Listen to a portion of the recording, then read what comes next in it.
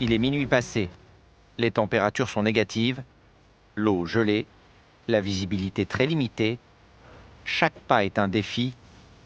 Il faut à tout prix éviter de tomber à l'eau.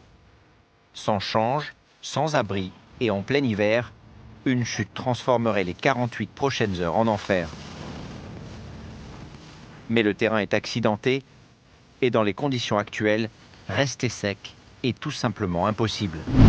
Bon ben voilà, les chaussages ont commencé demain et là ça change tout parce que Asinonyx, c'est un exercice grandeur nature en mode réel, c'est-à-dire que dans le cadre de l'exercice on peut être blessé, on peut être tué et si ça arrive évidemment, eh bien ça change les règles du jeu pour ceux qui restent, c'est-à-dire en l'occurrence pour ma section, pour eux c'est pas des vacances, c'est un vrai exercice de combat, c'est comme ça qu'ils se forment, c'est comme ça qu'ils sont évalués. Tout ce que je fais mal, ça aura forcément des conséquences pour eux. Je suis inquiet parce que les conditions sont difficiles, il fait très froid, ça va être très dur. J'appréhende aussi quand même un peu le saut en opération parce que ce sera pas du tout comme ce que j'ai fait aujourd'hui. Il faudra être prêt quoi qu'il arrive.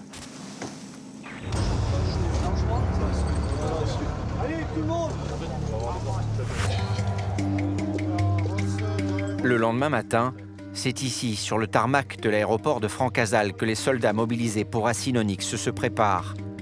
Derniers instants de calme avant de rentrer, de plein fouet, dans l'opération.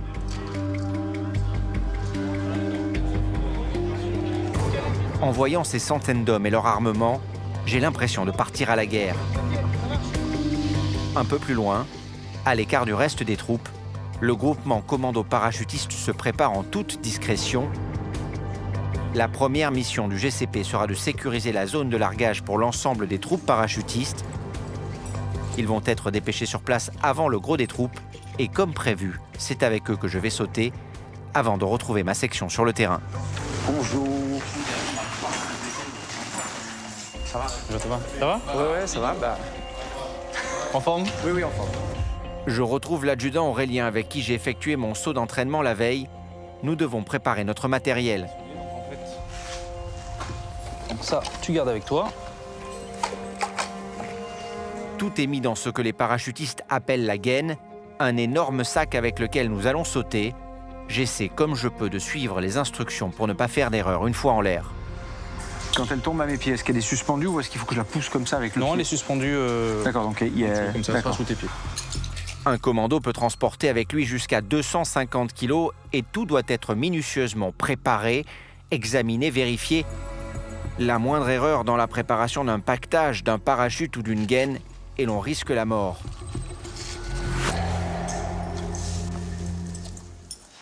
Alors ça c'est une demande express de Xavier. L'heure du décollage approche. Xavier, mon binôme, que je retrouverai avec mon groupe dans quelques heures, m'a demandé de me maquiller. Bon, ça ira bien, hein. Eux arriveront dans la nuit et nous devrons tous pouvoir nous fondre dans l'environnement. Sur le tarmac, les membres du groupe commando font un dernier briefing de la mission.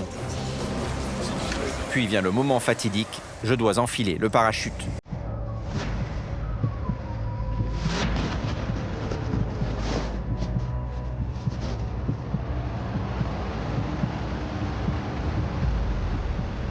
Quand je rentre dans l'avion, mon rythme cardiaque s'accélère.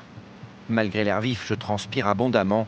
Je commence à me demander si tout cela est une très bonne idée.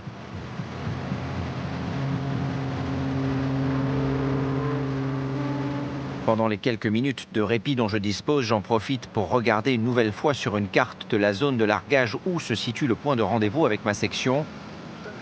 Une fois les pieds sur terre, il ne faudra pas que je me perde. Tout retard aurait des conséquences sur le commencement de notre mission.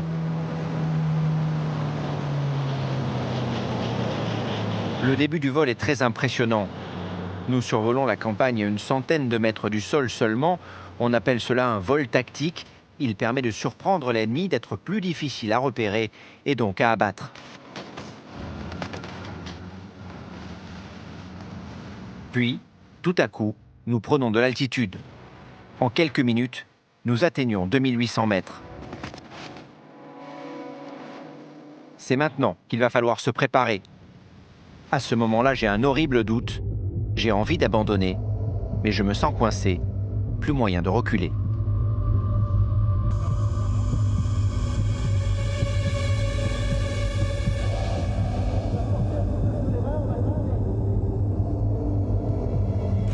L'inconfort est total. Le poids de la gaine m'écrase, mon casque enserre ma tête, mon fusil d'assaut oppresse mon thorax. J'ai du mal à aller au bout de mes inspirations et la douleur est franche. Autour de moi, je vois chaque geste comme au ralenti.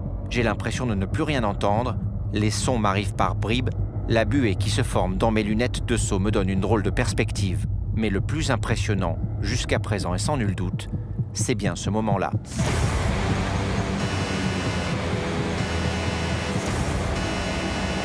Dans l'avion, l'alarme retentit, le signal que nous venons d'atteindre la zone de largage.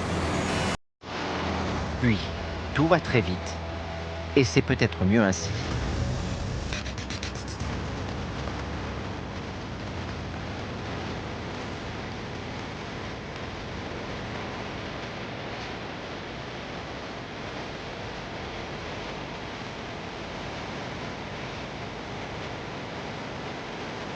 Une fois à terre, petit contrôle de routine, tout va bien. Ok, il faut juste décaler un petit peu, fais gaffe qu'il y a du monde qui arrive. Nous devons rapidement nous rééquiper et préparer la suite de la mission. Il est juste là-bas. D'accord, ok. Et toi, tu dois aller Bah là-bas, justement, en haut à gauche, dans la forêt. en haut à gauche. Ok. Normalement, c'est là qu'il y a le point de rendez-vous, quoi. Ok, ben, ce qu'on va faire là, on va se mettre dans le bois, là en lisière, pour être caché. On va enterrer notre matériel. Une fois le parachute plié, il faut s'en débarrasser. L'opération de sécurisation du site peut ensuite débuter. Les commandos doivent s'assurer qu'aucun ennemi puisse menacer le largage des troupes. Ce sont plus de 300 hommes qui sont attendus ici dans les prochaines heures. Nous nous regroupons en lisière de forêt. Loïc, je te laisse regarder la carto pour trouver un chemin d'infiltration. L'adjudant Aurélien et ses hommes m'escortent jusqu'au point de rendez-vous avec ma section située à 2 km de notre point d'atterrissage. Le secteur dans lequel nous progressons est aux mains des ennemis. Nous devons donc avancer dans la forêt en toute discrétion pour éviter de nous faire repérer.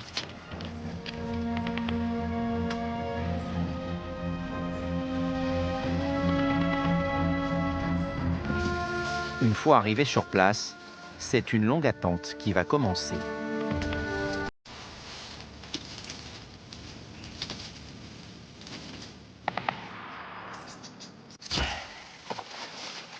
Là, ça y est, on est au sol, le sang, tout équipé, c'était incroyable.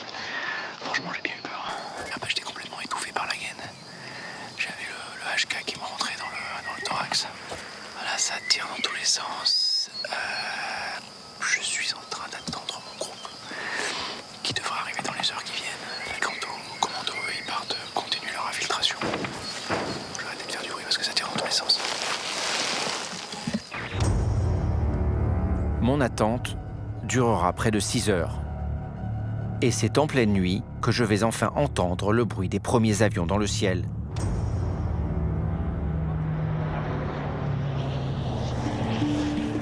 Autour de moi, l'obscurité est totale.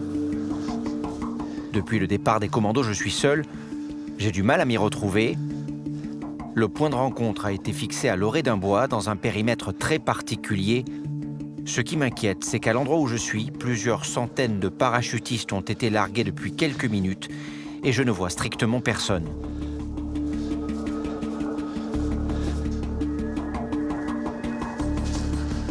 C'est galère. Je commence sérieusement à me demander si je ne suis pas perdu, ce qui serait évidemment une très mauvaise nouvelle. Je suis toujours à la recherche de Xavier.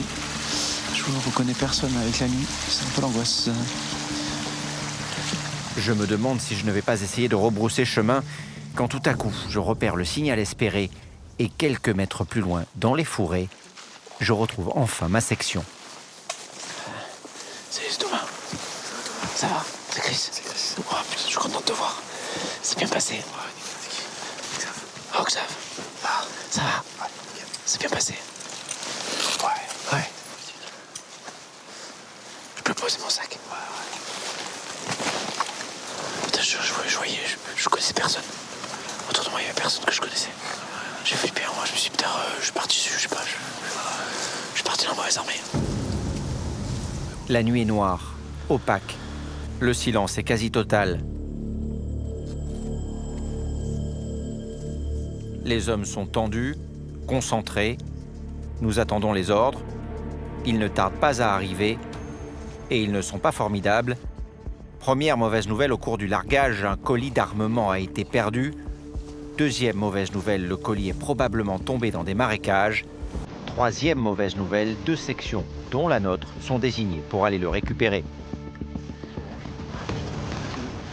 Attention. Il est minuit passé. Les températures sont négatives, l'eau gelée, la visibilité très limitée. Chaque pas est un défi. Il faut à tout prix éviter de tomber à l'eau. Sans change, sans abri et en plein hiver, une chute transformerait les 48 prochaines heures en enfer. Mais le terrain est accidenté et dans les conditions actuelles, rester sec est tout simplement impossible. Il fait très froid, l'eau glacée cisaille les jambes, l'obscurité rend notre recherche d'autant plus difficile. Au bout de 45 longues minutes, la balise du colis est repérée. Nous le sortons des marécages. Le paquet fait une 50aine de kilos. Il faut se relayer pour le porter au point de rassemblement du matériel.